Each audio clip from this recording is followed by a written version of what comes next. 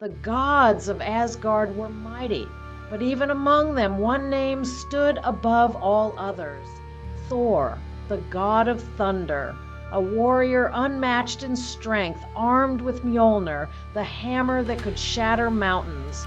But what if I told you there was a time Thor was made to doubt his own power? A trial so deceptive, so chilling, that even the mighty god of thunder struggled to understand what was real, what could possibly shake the confidence of a god. Let's find out. It all started when Thor, Loki, and their companions set out on a journey to the land of the giants, Jotunheim. Their goal? To prove that Asgard's might was greater than any force in the 9 realms. But the journey took a strange turn when they met a giant unlike any they had seen before. Skrymir. Now, you'd think that Thor, being a god, wouldn't be intimidated by a giant. But this one was different. You seem tired, little gods. Rest here if you can. As they set up camp, Skrymir tied up his food bag and drifted off to sleep. But when Thor tried to open it, it wouldn't budge. No matter how hard he pulled, the knot refused to loosen. Thor, the strongest of all gods, unable to open a simple bag, something wasn't right. And his frustration was about to boil over. Enraged, Thor raised Mjolnir and struck the giant's head with a force that could level a mountain. But Skrymir barely stirred. Confused, Thor struck again and again, but the giant only chuckled and rolled over, muttering something about a fallen leaf. How could this be? Had Thor lost his strength? Or was something else at play? Finally, they reached their destination, Utgard, the Hall of the Giants. Their ruler, Utgard-Loki, greeted them with a smirk. If you wish to stay here, you must prove yourselves worthy. Thor and Loki exchanged glances. They had never backed down from a challenge before, and they wouldn't start now. But what they didn't know was that these trials would be unlike any they had ever faced. Thjalfi, Thor's swift-footed companion, was the first to be tested, known for his lightning-fast speed. He was challenged to a race. His opponent, a giant named Hugi. The race began, and Thjalfi took off like a streak of lightning, his feet barely touching the ground. But when he reached the finish line, Hugi was already there, waiting. Thjalfi was fast, faster than any mortal. But somehow his opponent had outrun him effortlessly. Determined, he demanded another race. He ran even harder this time, pushing his body beyond its limits. But again, Hugi was waiting at the finish line, untouched by exhaustion. A third race. Thjalfi gave everything he had. He blurred across the land like a storm. But when he reached the end, Hugi wasn't just waiting. He looked as if he had never moved at all. Had Thjalfi lost his speed? Or was his opponent something beyond human?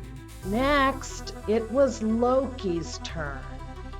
He prided himself on his wit, but he also had a reputation for a never-ending appetite. So when the giants proposed an eating contest, he eagerly accepted. His opponent, a giant named Logi. They were each given a plate piled high with meat. The challenge was simple. Whoever finished first won. Loki devoured the food like a starving wolf, chewing through the flesh and even the bones. And when he looked up, his plate was empty. He had won, or so he thought. But then he looked over at Logi. The giant wasn't just done eating. He had consumed everything. The meat, the bones, the plate, and even the wooden table beneath it. It seems you've lost, trickster. How? No one could eat that fast, unless they weren't a man at all. Next, Thor stepped forward, his pride bruised from the night before. His first challenge, a simple drinking contest.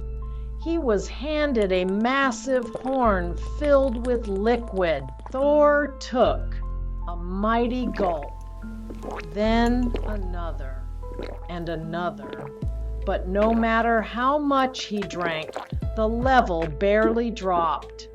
He tried again and again, yet the horn never emptied. How could the god of thunder, who could drain barrels of mead, fail at a simple drinking contest?